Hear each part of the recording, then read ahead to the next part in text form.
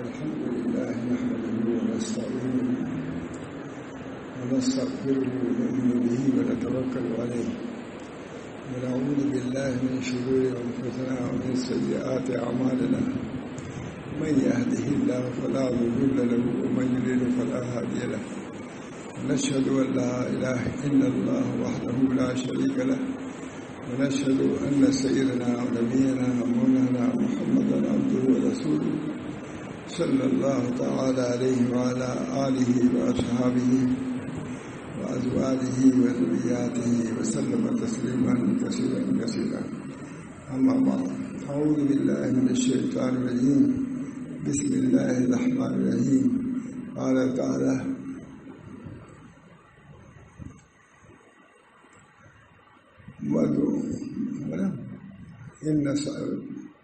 أعوذ بالله من الشيطان الرجيم.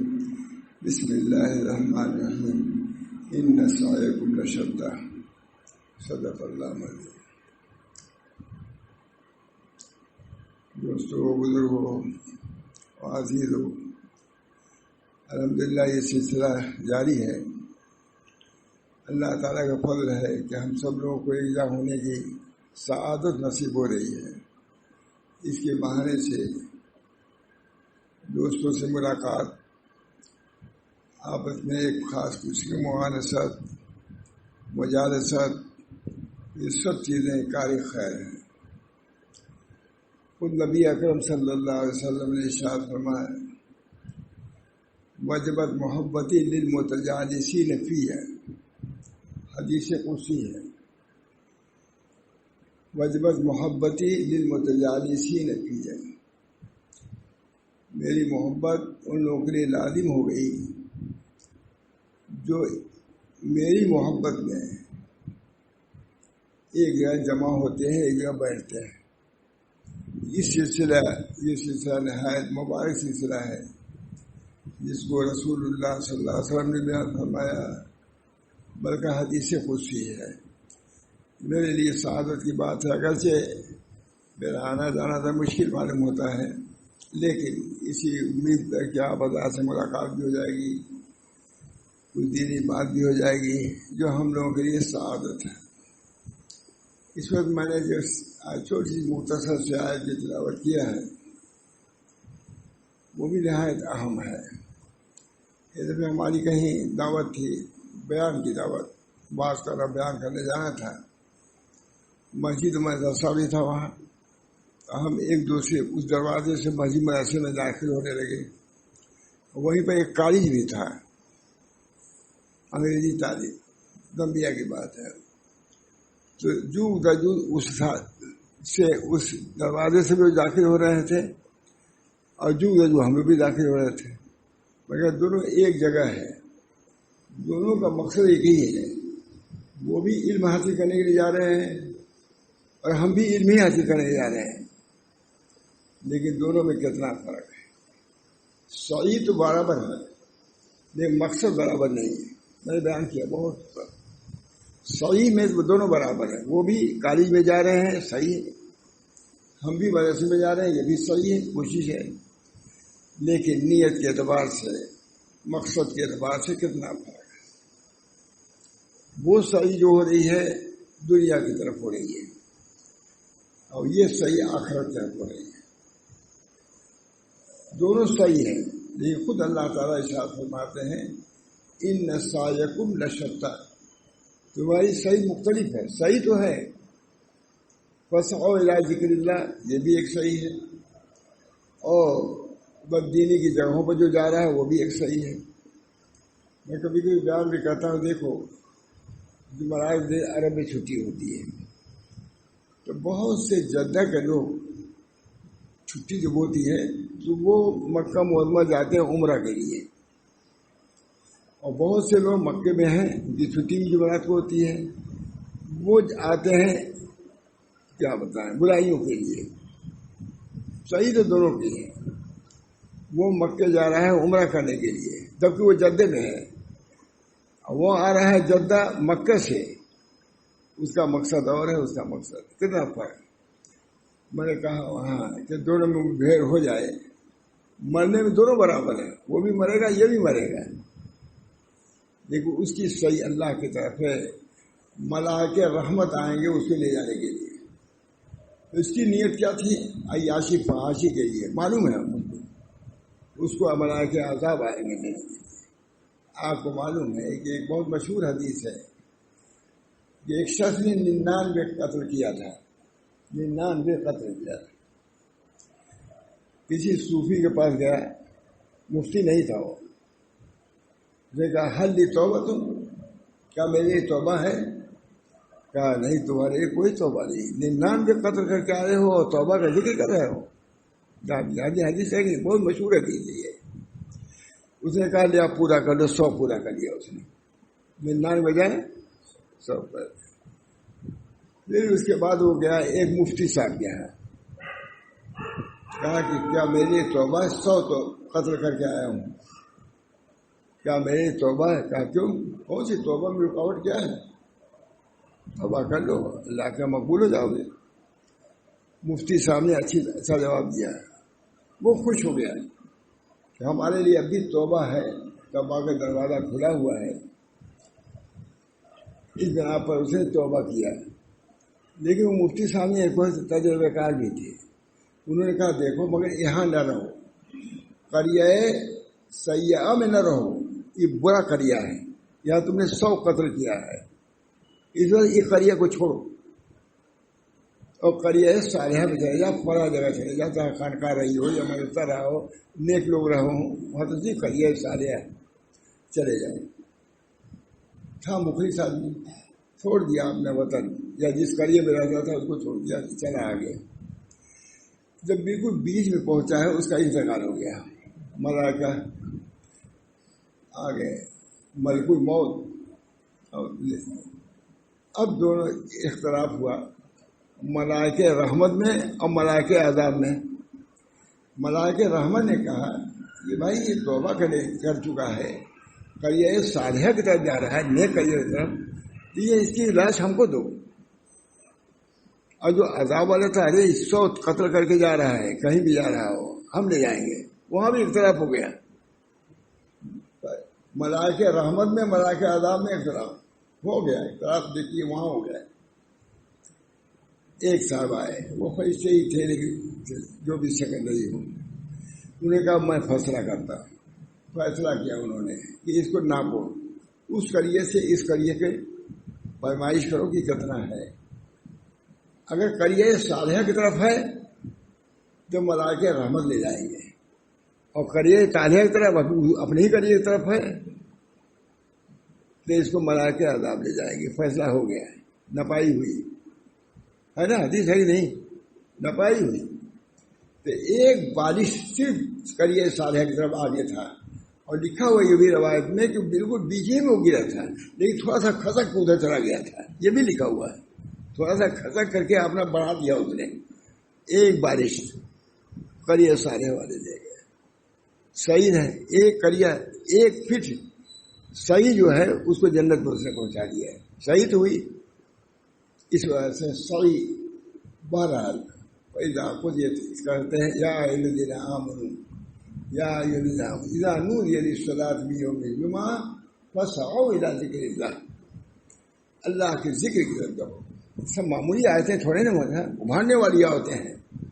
یا الذین آمنوا یا اذا نودی للصلاۃ من یوم الجمعہ فاسعوا الی، صحیح کا لفظ یہاں ہے۔ صحیح کے بارے میں کہا علماء نے، اس صحیح کے معنی دوڑنے کے نہیں ہیں، اطمینانی چال سے جاؤ، یہ بھی ضروری بتانا ہے، کیونکہ لوگ دوڑنے کی صورت ہے۔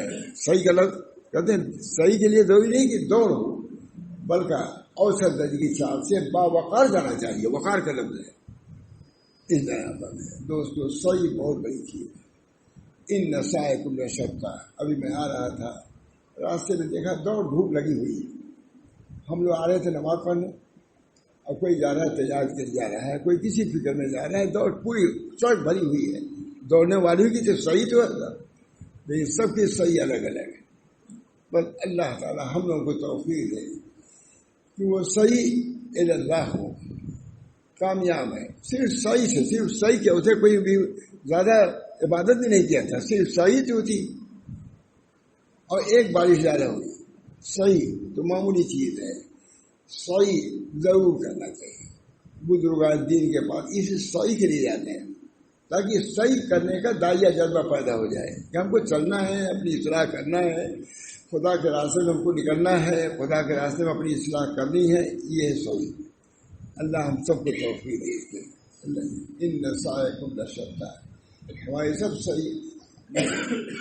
اس بنا پر میرے دوستوں بزرگوں، جو وقت بھی ہمارا لگ جائے اللہ کے راستے میں، یہ بھی وقت لگ رہا ہے، نماز پڑھنا ہے لگ رہا ہے، کسی کو نیک بات کر رہے ہیں لگ رہا ہے، وقت لگ رہا ہے۔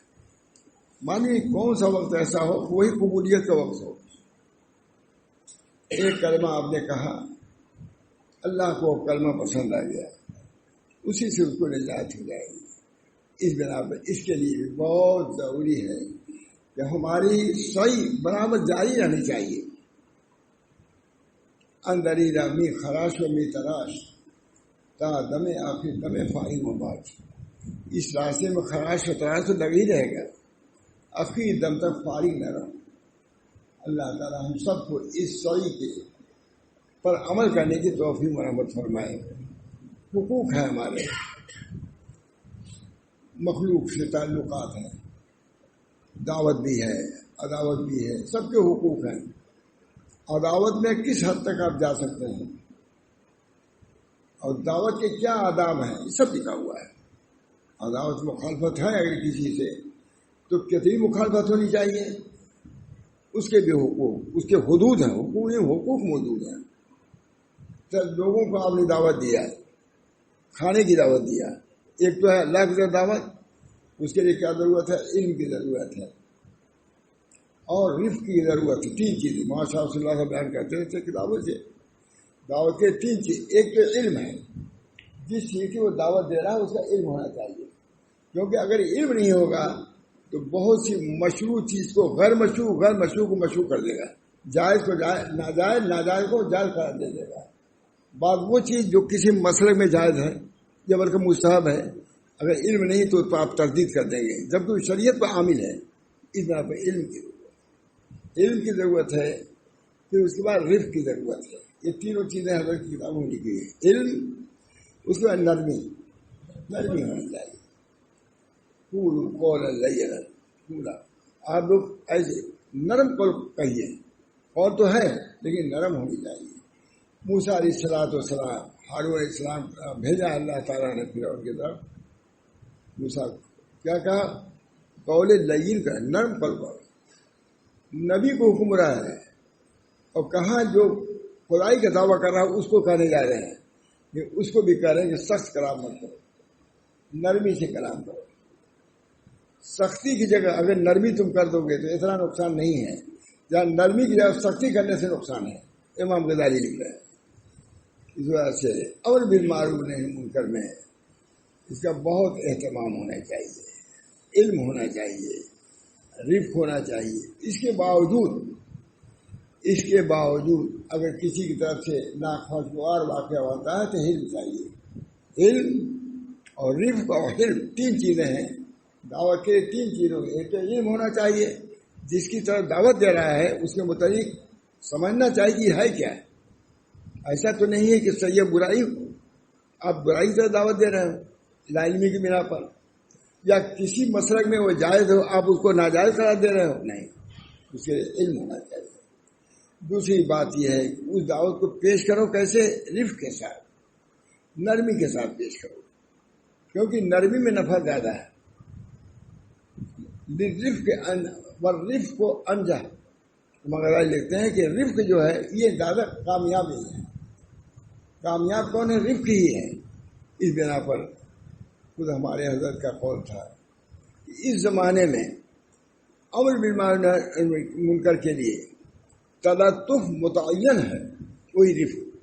اس زمانے میں امر بالمعروف نہی عن منکر کے لیے تلطف متعین ہے۔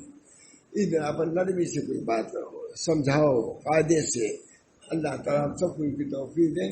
یہ چیزیں ہیں، یہ دعوت کے بھی آداب ہیں کہ علم ہو اور رفق ہو اور اس کے بعد علم. 3 چیزوں کی ضرورت ہے. ان چیزوں کا لحاظ رکھنا ہر شخص کو ضروری ہے. بلکہ یہ دعوت جو ہے، جو ہم دعوت کھانے پینے کرتے ہیں، اس کے لیے بھی ہے. دعوت کے بھی آداب ہیں. اس کی نیت صحیح ہونی چاہیے. کیا ہے؟ تطیب قلوب المومنین. مومنین کے قلوب کو خوش کرنے کے لیے دعوت کرو، نام کے لیے نہیں، نمود کے لیے نہیں. تطیب قلوب المومنین، مومنین کے قلوب کو خوش کرنے کے لیے کرو کہ ہمارا بھائی، ہم چائے پلا دیں گے، کھانا کھلا، خوش ہو جائے گا. دعا دینے نہ دینے کی دوسری بات ہے، خود کسی قلب کو خوش کرنا یہ مستقل طاعت ہے. ہمارے حضرت فرماتے تھے تطیب قلب واجب ہے. کسی مومن کے دل کو دکھانا یہ حرام، اور تطیب قلب اس کو خوش کرنا اپنی کسی بات سے یا اپنے کسی برتاؤ سے، اپنے سلوک سے بہت ضروری ہے. امت نبی صلی اللہ علیہ وسلم کی بعثت اسی لیے ہوئی تھی. باہم اتنی عداوت تھی کہ کہا نہیں جا سکتا، لیکن اللہ تعالیٰ نے سب کو شیر و شکر بنا دیا. سب کو شیر و شکر. بنی قریظہ اور بنی نذیر میں کیا جنگ تھی کہ نہیں؟ اللہ تعالیٰ نے باہم الفت ڈال دیا. ایک دفعہ سب لوگ جمع ہوئے مسجد نبی میں، اور دونوں قبیلوں میں جنگ ہو گئی. صلح مشاورت ہو چکی تھی، محبتی معاملات سب جاری تھے، لیکن کسی نے کوئی شعر پڑھ دیا اور جنگ ہو گئی. نبی صلی اللہ علیہ وسلم تشریف لائے حجرے سے اور کہا کہ ارے میری موجودگی میں جہالت لوٹ آئی، ابھی تم نے توبہ کیا پھر ڈانٹا حضور نے. پھر اس کے بعد وہ دونوں قبیلے اتنا روئے کہ داڑھی تر ہو گئی. صاحب کشاف لکھتے ہیں، علامہ کشاف لکھتے ہیں کہ یہ وہ دن تھا جس کا پہلا دن بہت ہی برا اور آخری دن بہت ہی اچھا. صاحب کشاف لکھ رہے زمخشری، یعنی صاحب پہلا دن اس کا نہایت خراب اور دوسرا دن کیا ہوا؟ نہایت اچھا ہو گیا. اللہ تعالیٰ ہم سب کو توفیق دے. یہ لفظ وہاں بھی استعمال کیا ہے. موسیٰ علیہ السلام کے مقابلے میں جادوگر آئے تھے، مقابلے کے لیے آئے تھے. یہاں بھی استعمال کیا انہوں نے، یہاں بھی استعمال کیا ہے. مقابلے کے لیے آئے تھے. ظاہر کہ مقابلہ تو مقابلہ ہی تھا، لیکن سب جادوگر مسلمان ہو گئے، وہ بھی نہیں مومن ہو گئے. وہاں بھی انہوں نے کہا صاحب کشاف نے کہ اول دن اس کا نہایت برا، لیکن آخری دن اس کا بہت ہی اچھا. نرمی اور رفق بہت بڑی نعمت. تطیب قلوب المومنین، یہ دعوت جو ہے اس میں بھی یہ نیت کر لے تو کیا ہے؟ تطیب قلوب المومنین، مومنین کے قلوب کو خوش کرنا. حضرت کہاں سے کہتے تھے، میں نے خود سنا ہے کہ تطیب القلوب واجب ہے. مومن کے دل کو خوش کرنا، ایسا کسی بات نہ کہو جس سے وہ رنجیدہ ہو، کبیدہ خاطر ہو، نہ دل دکھاؤ. یہ تجلی گاہ ہے، اللہ رب العزت کی تجلی گاہ ہے، اس کو مت ستاؤ. سب کا قلب ہے، یہ نہیں کہ ایک دو آدمی کا، سب کا قلب جو مومن ہے وہ اللہ کی تجلی گاہ ہے. تجلی گاہ ہے تو ایمان نہ رہتا ہے اس کے اندر.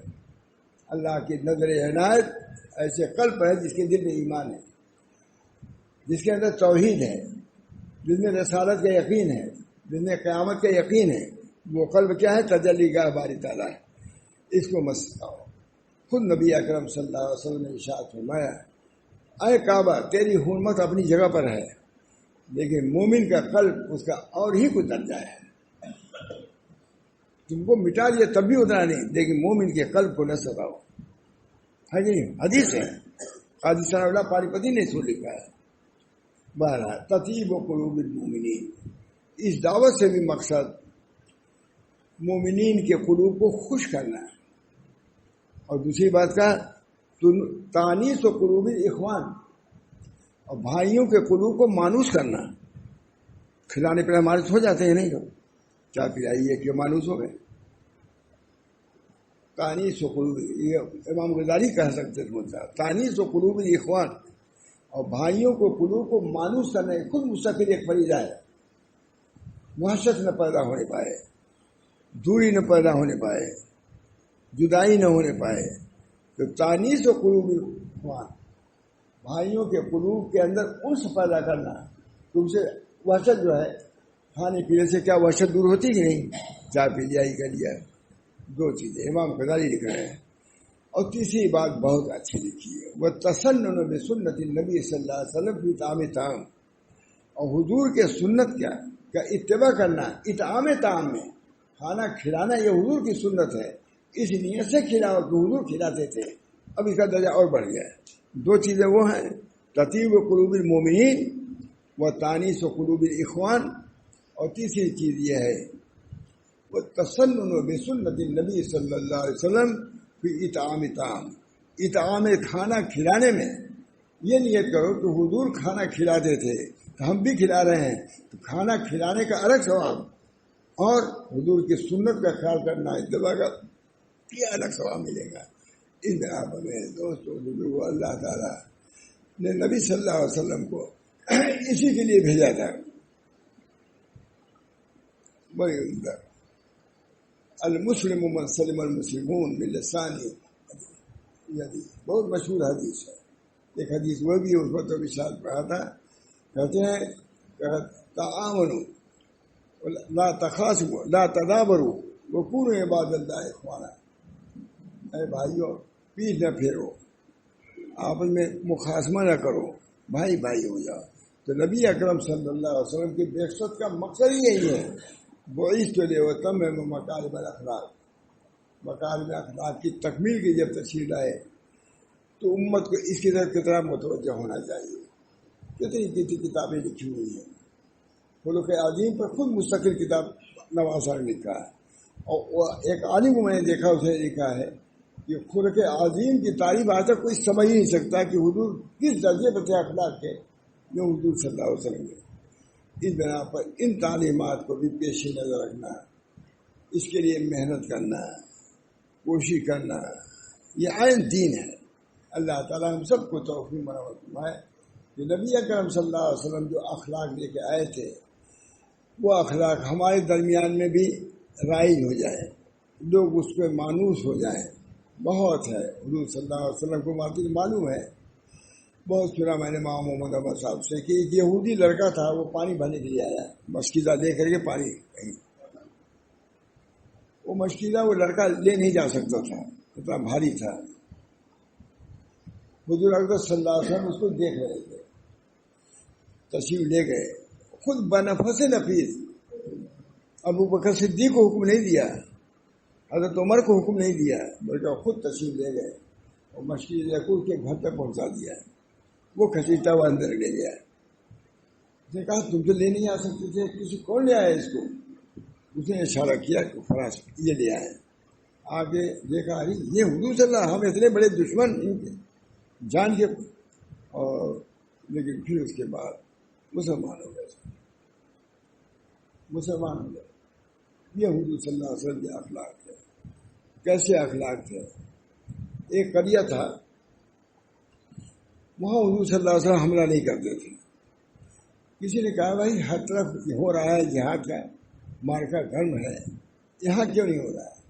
ایک بوڑھے آدمی نے کہا وہ یہاں ایک دفعہ پانی پیے ہوئے ہیں، وہ کبھی حملہ نہیں کریں گے۔ سب متاثر ہو گئے۔ بہرحال میں نے ابھی بیان کیا تھا کہ ایک ایسی صورت پیدا ہوئی کہ حضرت علی نے ان کو بچا لیا۔ تقاضا یہ تھا، سامدار کا سینے پر چڑھے ہوئے تھے کافی، اس نے تھوک دیا، حضرت علی الگ ہو گئے۔ اس نے کہا میں نے تو جور کا بیج بویا تھا، آپ ہٹ کیوں گئے؟ میرے دل میں تھا کہ آپ میرے تھوکنے کے بعد چہرے پر اور جلدی سے کریں گے۔ کہا تم نے صحیح کہا، میرے دل میں بھی یہ بات آئی تھی کہ تم کو جلدی سے قتل کروں، مگر میں نے سوچا کہ اللہ کا یہ شیشہ ہے، اللہ کا بنایا ہوا ہے، اللہ کے شیشے کو اللہ ہی کے ہتھوڑے سے مارنا چاہیے۔ اس بنا پر میں اتر آیا کہ میری جائز نہیں کہ اپنے نفس کے ہتھوڑے سے مارو تم کو۔ شریعت کا اگر ہتھوڑا ہوتا تو ٹھیک ہے اس وقت، لیکن اب جو ہے میرے غضب کی بنا پر میں اس کے ساتھ یہ انتقام لے رہا ہوں۔ وہ متحیر ہو گیا، وہ سب سنا بھی نہیں تھا۔ کہا بھائی ہم تو سمجھتے تھے کہ تم لوگ صرف ظلم اور جور کر رہے ہو، یہ تم لوگ بہت اچھے آدمی معلوم ہو رہے ہو، تم کو یہ دولت کہاں سے ملی ہے؟ کہاں چلو لے چلتے ہیں۔ وہ نبی اکرم صلی اللہ علیہ وسلم کے خدمت میں لے گیا، اور کہا ان سے ہم کو یہ سب چیزیں حاصل ہوئی ہیں. ان قلادہ خلق عظیم فرماتے ہیں کہ اتنا متاثر ہوا کہ 17 آدمی ہے 17 آدمی مسلمان ہو گئے اس کے گھر کے پورے گھر سب مسلمان.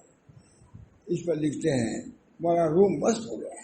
فرماتے ہیں کہ اگر وہ آہن کی تلوار سے لوہے کی تلوار سے اگر قتل کرتا تو ایک آدمی کو جہنم میں بھیج دیتا اور جو کرتے. یہ حلم کی تلوار سے قتل کیا 14 آدمی جنت میں پہنچ گئے سب مسلمان ہو گئے. وہ بھی مسلمان اور اس کے گھر والے سب مسلمان ہو گئے. یہ اخلاق نبی ہے صلی اللہ علیہ وسلم. صحابہ نے اس کو اختیار کیا. صحابہ نے علمنی ربی فاحسن تعلیمی. نبی صلی اللہ علیہ وسلم نے صحابہ کی تعلیم دی تھی. اس وجہ سے اپنے وقت میں رنگ گئے تھے وہ لوگ. جو اخلاق حضور نے اختیار کیا وہی انہوں نے اختیار کیا.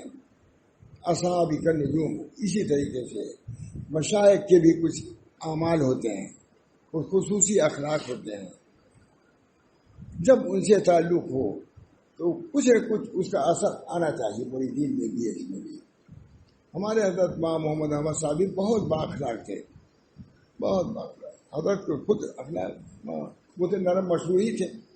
لیکن الحمدللہ میں نے دیکھا ایسی صورت ہے کہ تعجب ہے کہ مولانا کس طرح برداشت کرتے ہیں اور کس طرح لوگوں کی رعایت کرتے ہیں. جس کے متعلق مولانا کو معلوم رہتا تھا کہ ماں محمد احمد صاحب کو کہ یہ برا بلا اس کے لیے اور اچھی چادر بچھواتی تھی. بہرحال نبی اکرم صلی اللہ علیہ وسلم سراپا اخلاق تھے. انہوں نے اخلاق کی تعلیم دیا. ہمارے اندر بھی وہ چیزیں آنی چاہیے اس کے اثرات نمایاں ہوں. کہ نبی کریم صلی اللہ علیہ وسلم جو سراپا اخلاق تھے ان کے یہ لوگ ماننے والے ہیں. اصل ماننا بدن کا نہیں ہے. اصل ماننا ان کی تعلیمات کو ماننا.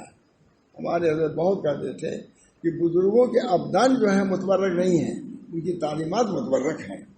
ان کی تعلیمات کو لو. اس بنا پر ہمارا آپ کا سبھی کا تعلق ظاہر ہے کہ ایک خواص سے ہے. خواص علماء سے ہے. خواص مشائخ سے ہے. اس بنا پر ان کی جو تربیت کا جو ایک نمونہ ہونا چاہیے ہم لوگ کے اندر بھی وہ چیز پیدا ہونی چاہیے. تب یہ کام بڑھے گا. جو جہاں ہے اسی حال پر رہے گا تو کام نہیں بڑھا. جہاں تھا وہیں ٹھپ ہو گیا. اس بنا پر ہم کو کوشش یہ کرنی چاہیے کہ نبی اکرم صلی اللہ علیہ وسلم کی سیرت کیا تھی. بہت کتابیں لکھی جا رہی ہیں سیرت پر. ابھی ایک علی گڑھ کے آدمی نے لکھا. بہت بے انتہا کتابیں لکھی جا رہی ہیں. اخلاقیات پر بھی لکھی جا رہی ہیں کتابیں. اللہ تعالیٰ ان اخلاقیات پر عمل کرنے کے ہم سب کو توفیق عطا فرمائے. اور ہماری زندگی میں سنت نبوی کا مظاہرہ ہونا چاہیے. اخلاقی سنت نماز روزے والی سنت اپنی جگہ پر ہے لیکن اخلاقی سنتوں کا کرشمہ ظاہر ہونا چاہیے. اس کے اثرات نمایاں ہونا چاہیے. تب تو ہے بھاگ. اللہ ہم سب کو توفیق دے. آپ حضرات آتے ہیں سنتے ہیں آتا ہوں. اللہ تعالیٰ اس آنے جانے کو بھی میرے قبول فرمائے. اور یہ مضامین جو بیان ہو رہے ہیں اگرچہ اہم ہیں مشکل ہیں لیکن دوست تو اگر ارادہ کرتا ہے تو جیسے وظیفہ پورا کر لیتا ہے بزرگوں کا بتایا ہوا اسے بزرگوں کے اخلاقیات کی تعلیمات کو بھی اپنانا چاہیے. اللہ تعالیٰ ہم سب کو توفیق دے. وآخر دعوانا الحمدللہ رب العالمین. اللہم صلی اللہ علیہ وسلم. ربنا آتنا اللهم إني أسألك الصحة والعفة والأمانة وحسن الخلق ورضا بالقدر. اللهم إني أسألك الصحة والعفة والأمانة وحسن الخلق ورضا بالقدر. اللہ تعالیٰ سب لوگوں کو اخلاق نبوی کا کثیر حصہ عطا فرما. اللہ تعالیٰ ہر کسی کی عافیت عطا فرما. حضور کے اخلاقیات کو اپنانے کی اور اس کو جاری رکھنے کی ہم سب لوگوں کو توفیق فرما تاکہ حضور صلی اللہ علیہ وسلم کی روحانیت ہم سے خوش ہو.